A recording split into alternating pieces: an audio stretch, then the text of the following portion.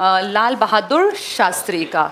लाल बहादुर शास्त्री बहुत ज़्यादा अच्छे आदमी थे बेटा, बिल्कुल ठीक उल्टी स्थिति में पैदा हुए, बहुत गरीबी, इतनी गरीबी कि खाने के मांदे थे, खाने का भी पेट भर नहीं मिलता था। शास्त्री जी की माता जी, इनके पिताजी एक्सपायर हो गए, माँ तो थी, देखो 2 मार पड़ी, एक तो गरीबी में पैदा हुए, ऊपर से पिताजी चल बसे।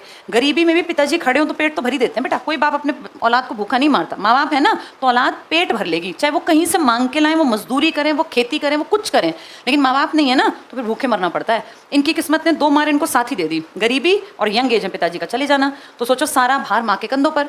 जब ये थोड़े से बड़े हुए तो माँ ने स्कूल में नाम लिखवा दिया कि भैया गरीबी काटने का, खेती बाड़ी हमारे पास ज़्यादा है नहीं, पढ़ लेगा।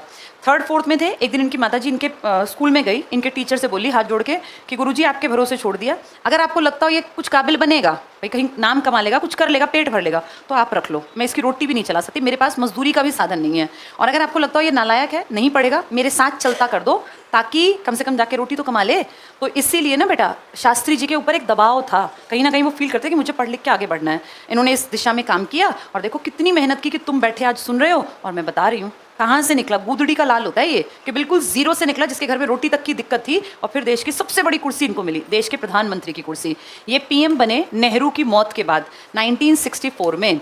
पड़ोसी पाकिस्तान को लगा कि नया नया पीएम है, ये इतना कुछ कर नहीं पाएगा, अटैक कर दिया भारत के ऊपर। 1965 में भारत पाक युद्ध शुरू हो गया, लेकिन वो असलियत में इनको जान नहीं पाया। ये जो गरीबी से निकलता है ना बेटा, जनरली वो बहुत स्ट्रांग हो जाता है, क्योंकि गरीबी ना अपने आप इंसान को बहुत सारी चीज़ें सिखा देती हैं।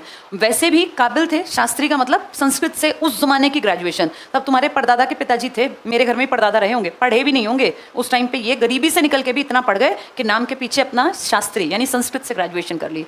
इन्होंने बेटा जब इन पड़ोसियों ने आक्रमण किया ना, तो इनको लगा इंडिया का नया राष्ट्र, ये प्रधानमंत्री कुछ नहीं संभाल पाएगा। इतना बढ़िया देश को लीड किया, इतना बढ़िया लीड किया, फौज को इन्होंने इंस्ट्रक्शंस दी कि किसी भी कंडीशन पे वापस मत मुड़ना, इनके एरिया तक पहुंच जाओ। जब फौज को एक बार अगर पीएम हाँ कर देना बेटा, तो हमारी फौज ताकतवर है।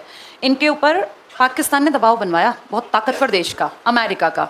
अमेरिका ने वहाँ से हमें मैसेज किया कि अपनी फ़ौज को इनकी टेरिटरी में से वापस बुला लो।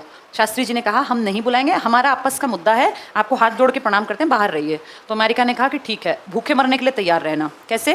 क्योंकि इस टाइम तक हमारे देश में गेहूँ पैदा ज़्यादा नहीं होता था। ये सच बात है कि आज गेहूँ में चाहे हम 2nd हाईएस्ट प्रोड्यूसर हों, लेकिन 1965 तक बेटा गेहूँ में किल्लत में थे हम, हमारे यहाँ कमी थी। हरियाणा के लोग तो नहीं जानते, लेकिन दिल्ली के किसान जानते हैं, दिल्ली के जो गाँव हैं, कि सच में गेहूं की रोटी सिर्फ मेहमान को दी जाती थी। बाजरा, चना, ये हमारा स्टेपल फूड था, गेहूं बहुत ज़्यादा था नहीं। ये अमेरिका में गेहूं भेजता था। कैसा गेहूं? लाल गेहूं, जो इसके यहाँ सूअर खाता था। अपने सूअर की जनसंख्या को पालने के लिए ना ये लाल गेहूं उगाता था, घटिया क्वालिटी का, वही इंडिया भेजा कि पेट भर जाएगा। अब इसने जब कहा कि मैं गेहूं की खेप रोक दूंगा, तो शास्त्री जी ने कहा कल जो उड़ने वाला होगा ना, जो कल जिसको भेजोगे, एक काम करो आज ही रोक दो, मत भेजो, नहीं चाहिए। ये कह तो दिया, लेकिन बेटा भूख से तड़पेंगे लोग जब, कैसे काम चलेगा। तब इन्होंने फिर एक दिन का फास्ट रखने की एक अपील की थी भारत के परिवारों से। पहले अपने घर में एक दिन का फास्ट रखा, घर में ताला लगवा दिया। सुबह सुबह शास्त्री जी ने, पीएम ने, अपनी किचन पर पानी बाहर रखवा लिया और चाबी ना लेके अपनी पत्नी को कहा चाबी मुझे दे, और सुबह निकल गए घर से। पूरे दिन घर में ना चाय बनी, ना नाश्ता, ना कुछ भी नहीं बना। छोटे छोटे पोता पोती थे, बहुएं थी घर में, बेटी थी, पत्नी थी।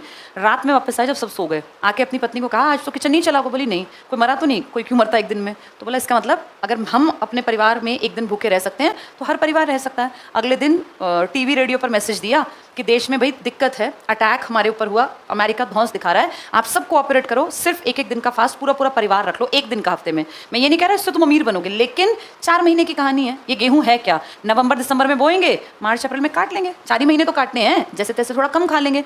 तब नारा दिया था बेटा पूरे भारत के लिए, जय जवान जय किसान। जवान की जय पता है क्यों की? क्योंकि जवान है जो घुस के इनके घर में इनकी अकड़ ठिकाने लगाएगा, और किसान है जो खेत में डट के और देश का पेट भर देगा। तो न तो इससे दबने की जरूरत और न इससे, जब तक ये दोनों खड़े हैं। वहां से ये नारा फेमस हुआ था, जय जवान जय किसान। अब जैसे लड़ाई चल ही रही थी, लड़ाई बेटा चलती है तो उसको रोकना पड़ता है, ये नियम है। लड़ाई हमेशा नहीं चल सकती, कभी ना कभी रुकेगी। वर्ल्ड वॉर ही रुके, ये तो छोटी सी लड़ाई थी। इस लड़ाई को रुकवाने के लिए हमारे ऊपर एक जैसे बातचीत हुई। यूएसएसआर ने कहा, ये ताकतवर देश था, ताकतवर अमेरिका भी था, लेकिन हमने उसकी बात नहीं मानी। उसने इलॉजिकल बात की थी दबाने के लिए। इसने तमीज़ से बात की और इसने कहा कि भैया देखो लड़के क्या निकलेगा, बहुत दिन तुम लड़ लिए, मेरे यहाँ आओ, बैठो, बातचीत करो, जो डिस्प्यूट है निपटा लो। तो इसकी बात हमें भी ठीक लगी, यार लड़ाई तो रोकनी है, कितनी खींचेंगे। पाकिस्तान तो चाहता ही था लड़ाई रुक जाए। इसने हमें और पाकिस्तान को इन्वाइट किया अपनी टेरिटरी में, जिस जगह का नाम क्या है, ताशकंद आज उज़्बेकिस्तान की राजधानी है। यहाँ गए थे हमारे शास्त्री जी। 3 जनवरी को हमने लास्ट दिल्ली में देखे थे, ठंड का समय था। उसके बाद 11 जनवरी को हमें खबर मिली, तब बेटा लाइव टीवी टेलीकास्ट नहीं होते थे, तब टेक्नोलॉजी इतनी विकसित नहीं थी। आज तो लाइव है हर चीज़। तब ना इतने माइक्स होते थे, ना इतने कैमराज थे। शूटिंग के नाम पे कुछ ज़्यादा खास था नहीं, हैं वीडियोज़, लेकिन उतनी वैसी साफ क्लैरिटी वाली नहीं है। इस तारीख को शाम को हमें खबर आती है कि तुम्हारे शास्त्री जी को हार्ट अटैक हो गया और वो मर गए। कितनी अजीब बात है, हमारा प्रधानमंत्री विदेश गया था, लड़ाई के टाइम पे गया था यहाँ, और यहाँ से खबर आई कि तुम्हारा पीएम मर गया। तो हमें थोड़ा अचंभा हुआ, ऐसे कैसे मर गया भैया? ठीक ठाक आदमी, सर्दी खांसी जुकाम बुखार कुछ भी नहीं था।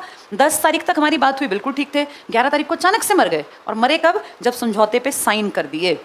तो हमें ये थोड़ी सी बात खटकी, पर dead body India I, formality हुई और कर दिया गया अंतिम संस्कार। अजीब बात यह है कि शास्त्री जी की डेड बॉडी का पोस्टमार्टम भी नहीं किया हमने कि वो कैसे मरे। उन्होंने कह दिया और हमने मान लिया। जैसे देखना चाहिए ना आदमी मरा कैसे। आज कोई लावारिस लाश भी मिल जाए ना पड़ी हुई, जिसका कोई पूछने वाला नहीं है, तो पुलिस उसकी पोस्टमार्टम रिपोर्ट तैयार करवाती है और उसका फिर डेड बॉडी को एक टाइम पीरियड होता है, उस तक सेफ रखना पड़ता है। 2-4 बार अखबारों में देखा नहीं, इश्तेहार गोगा करके आते हैं, उनकी मरे वो की पिक्चर्स आती हैं कि भाई किसी का जानकार हो तो, कपड़े, हाइट, हेल्थ बताते हैं। ये पीएम था बेटा, इसको जानने की जरूरत ही नहीं समझी भारत सरकार ने कि मेडिकल डिपार्टमेंट से, बड़े बड़े हमारे पास अस्पताल हैं, डॉक्टर हैं, कि इनकी डेथ कैसे हुई। रहस्यमयी मौत है आज तक शास्त्री जी की। एक बड़ा क्वेश्चन मार्क है कि सच में हार्ट अटैक था या जहर दे के मार दिए। इनके बेटे का बाद में बयान था कि मैंने जब पिताजी के शरीर के अंतिम दर्शन किए ना, शरीर नीला था। नीला शरीर का पड़ता है। इनके बड़े बेटे को शक है कि मेरे पिताजी को जहर दिया, देश को कोई चिंता नहीं, कोई मेडिकल रिपोर्ट नहीं, आप कहीं से क्लेम ही नहीं कर सकते। कारण ये इतना बड़ा और ताकतवर देश था बेटा, इस पे प्रश्न चिन्ह नहीं लगा सकते आप। आज भी नहीं कह सकते, आज भी रहस्यमयी कहना पड़ता है।